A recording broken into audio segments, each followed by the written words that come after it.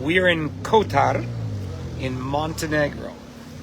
This is one of the two smallest republics of the former Yugoslavia. The other one is? Kosovo. Kosovo, exactly right. So ladies and gentlemen, this is Kristen right here. There you go. So we are in tiny little Montenegro, country of under 700,000 people.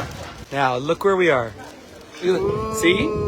This looks a little bit like Cusco except for at sea level here. So this is a UNESCO protected old town.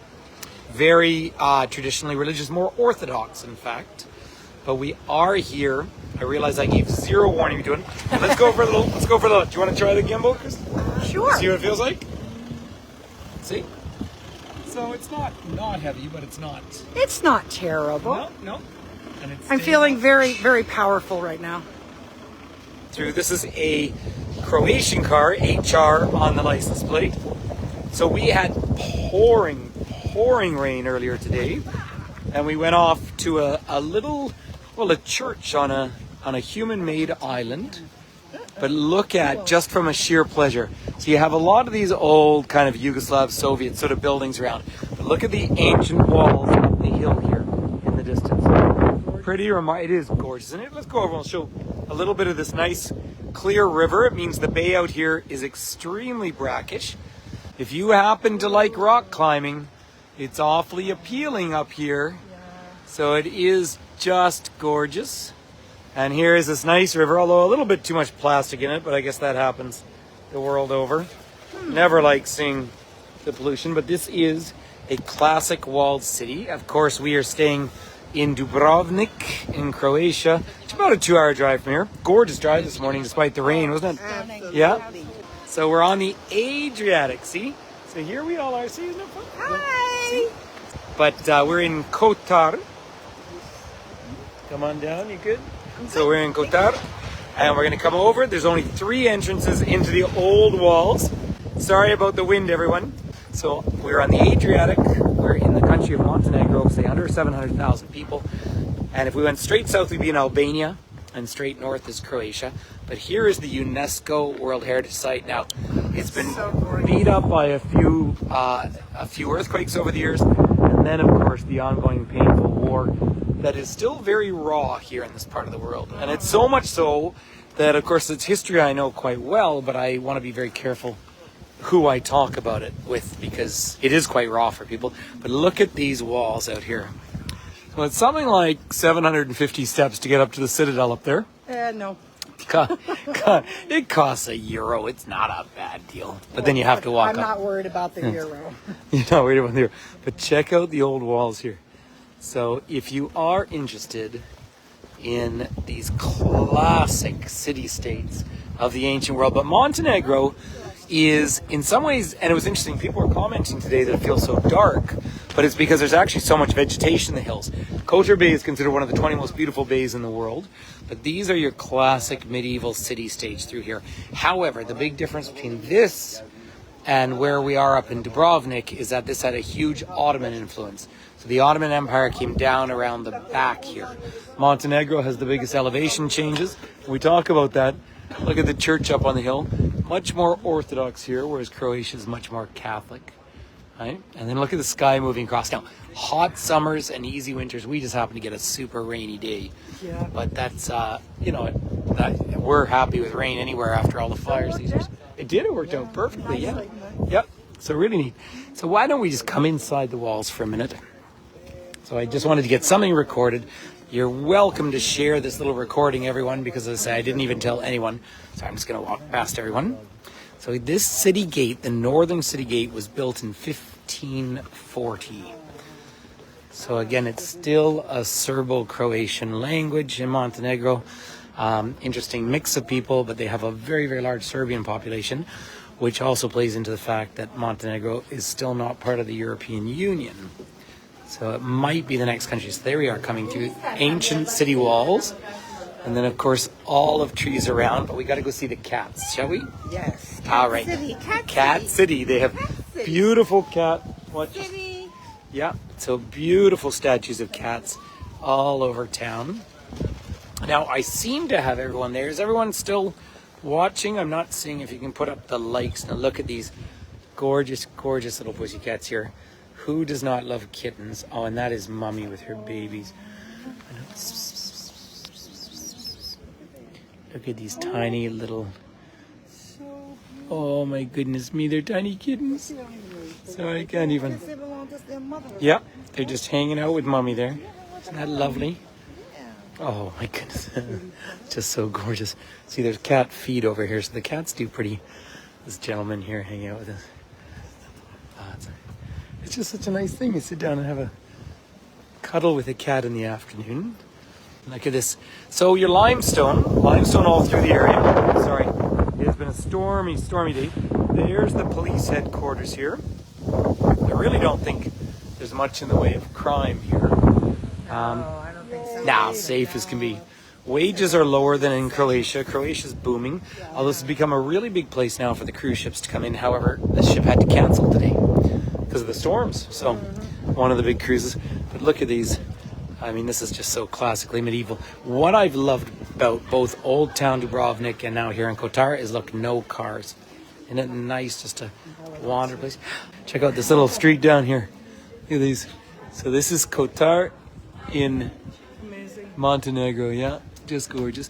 Now, this is a tectonically active area. Indeed, we were talking about thrust faults earlier. And they have had major earthquakes in the area over time. Done a huge amount of damage. I figured you'd be with us in spirit. Oh, I can smell tobacco. Oh, look, there's bars. Yeah, yeah. As you so if we went south, if we were to drive through Montenegro here, then we would be down in Albania. There's Alaska and Illinois in the house, everyone. Look at this. Yeah. It's just gorgeous, isn't it? Okay. Yeah. It's fun. But I'm coming out at the main square where you have apparently some of the oldest churches in this part of Europe out here, which is, I don't spend a lot of time in churches, but there's obviously some really fantastic small architecture. Look at this little one right here. Have a look at that, everyone. And then, if you're interested, there's the flag of Montenegro up there. So it does feel very city-state-ish. And this place is so small. So this is the Orthodox bishop's residence over here. So when you talk about being in these Orthodox churches, this one here has a date on it of 1902, but you will see the Cyrillic writing as well. So just south of Croatia, part of the former Yugoslavia, of course. And as I was saying earlier, I mean, there's a lot of talk, needless to say, about the horrible 1990 wars in Yugoslavia. Very, very peaceful now, but we did actually have to check out of the European Union. We're outside of Schengen, the open borders, going back to 1995, and we will have to check back in because the southern Schengen border is, of course, Croatia for this part of the world. Albania is not in the Union, nor is Kosovo, nor is Serbia, but Greece is, of course. So, but look at those gorgeous mountains up top. So they have mountains that rise up, because I'm at sea level right now, but mountains that rise up to 17 or 1800 meters. So you're getting up towards like 7,000 feet straight out of the water. So from a sheer beauty point of view, there is so much to be said for this part of the world. So it is lovely to see. I will say, a really lovely, warm friendliness from people. So if you're wondering about the name of the town, there it is. Kotor. Right there.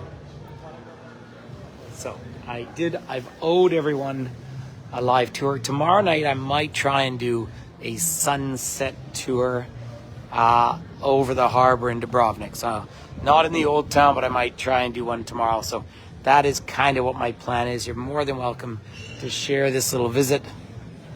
But I just want to at least take a moment and give you a little hint of this ancient walled city out here, wedged in these tiny, big bays, but these tiny little port areas with huge mountains around. So pretty spectacular.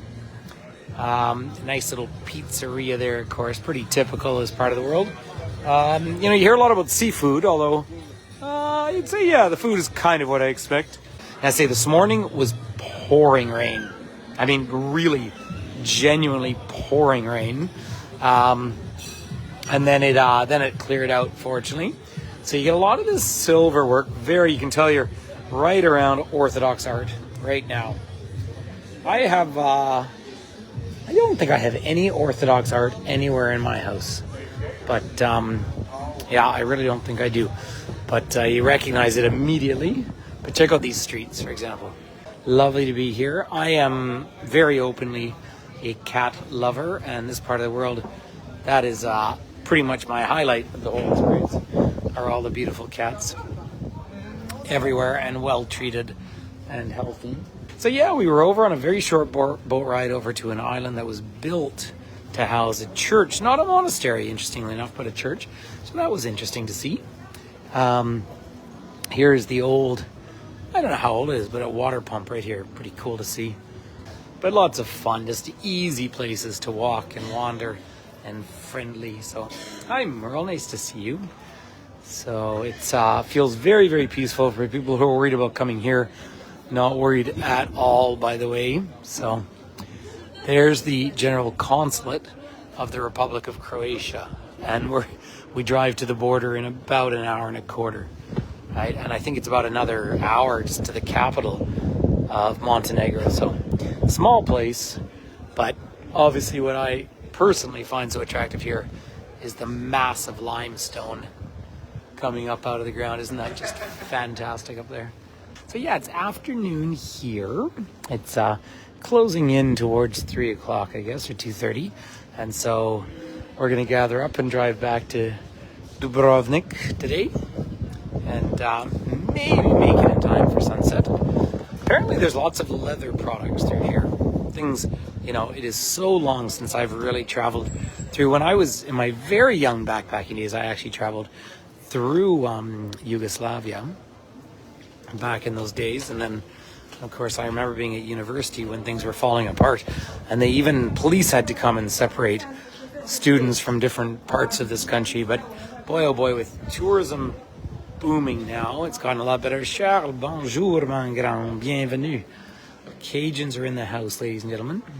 Now, these metal strips and these walls were actually added by the Venetians. Of course, this was part of, at one point, the Venetian city-states, and that helped resist earthquakes. So, anyway, ladies and gentlemen, listen, I have to go and meet up with my group and take care of them.